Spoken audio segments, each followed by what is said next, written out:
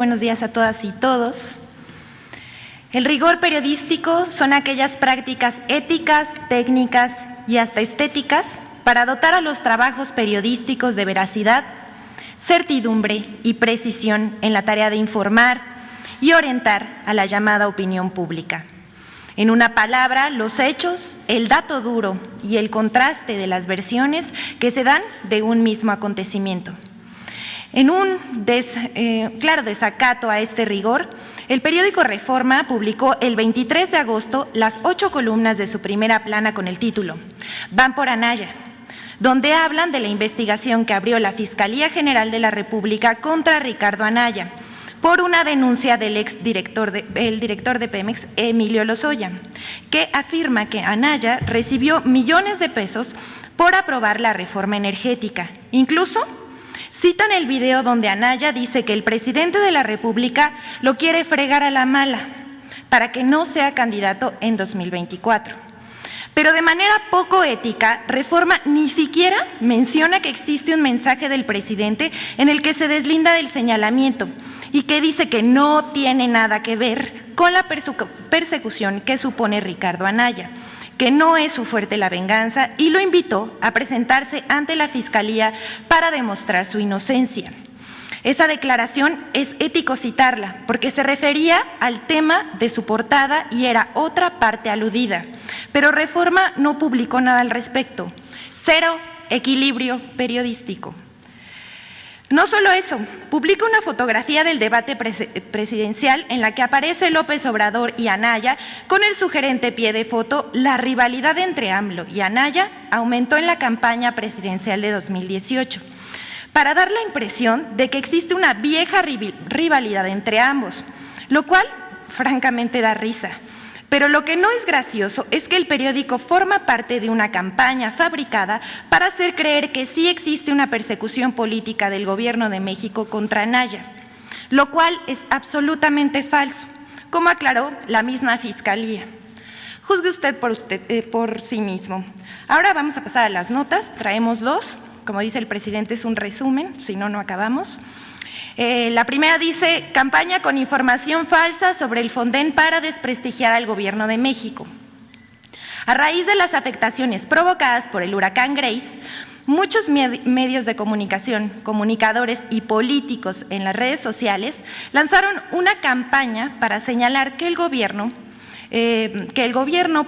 por desaparecer el Fonden no atiende a los afectados de deslaves, inundaciones y otros desastres. Aquí vemos a personajes como el empresario Claudio X González, el expresidente Felipe Calderón, Denise Dresser, el senador Julián Rementería, Víctor Trujillo, periodistas como Pascal Beltrán del Río, Pedro Ferriz y Max Kaiser, que han utilizado diarios y redes sociales para acusar al gobierno con el pretexto de la desaparición del Fonden. Pero nadie habla de la corrupción que permitía ese fideicomiso, razón por la cual el presidente Andrés Manuel López Obrador firmó la desaparición del fondo, publicada en el Diario Oficial el pasado 28 de julio de 2021. Solo pongamos algunos ejemplos de esa corrupción de gobernadores y presidentes municipales que pedían dinero para darle a los afectados de desastres naturales y que nunca llegaron a la gente. Ayer el gobernador de Veracruz, Cuitláhuac García, denunció un caso en su estado de los muchos que hay. Podría decirse que cada temporada había fraudes y desvío de recursos. Así lo ha documentado la propia Auditoría Superior de la Federación.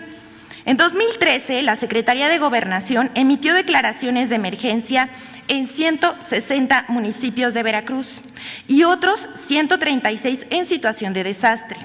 El gobierno de Javier Duarte contrató despensas por 537 millones de pesos a la empresa Soriana, mismas que nunca pagó, a pesar de haber recibido los fondos del gobierno federal, lo cual ha implicado una deuda millonaria, más los intereses acumulados a la fecha, que suman 782 millones de pesos.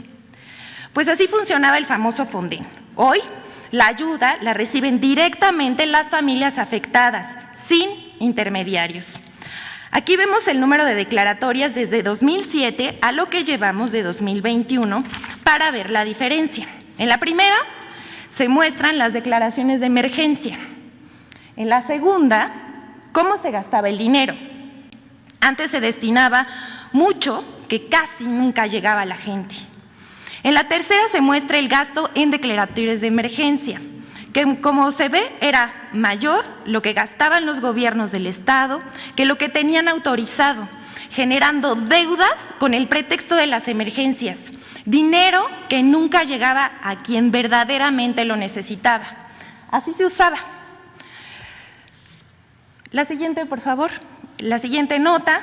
Nuevamente difunden información falsa de supuesta inundación en la refinería Dos Bocas. A través de redes sociales, desde el 22 de agosto, comenzaron a difundirse supuestas imágenes de la refinería Dos Bocas, asegurando que se había inundado. El tema se posicionó siendo tendencia tanto en redes sociales, mensajería instantánea y búsquedas a través de Google. Cabe mencionar que no es la primera vez que reviven estas fotos a través de redes sociales y hacen pasar la información como cierta. La información difundida es falsa. La secretaria de Energía, Rocío Nale, desmintió que la refinería estuviera en mal estado o inundada. Las fotos corresponden a daños ocasionados por la tormenta tropical Beta en septiembre del año pasado. Y bueno, aquí están las fotos y los usuarios que las retomaron. Y hasta aquí nuestra sección del quién es quién. Muchas gracias.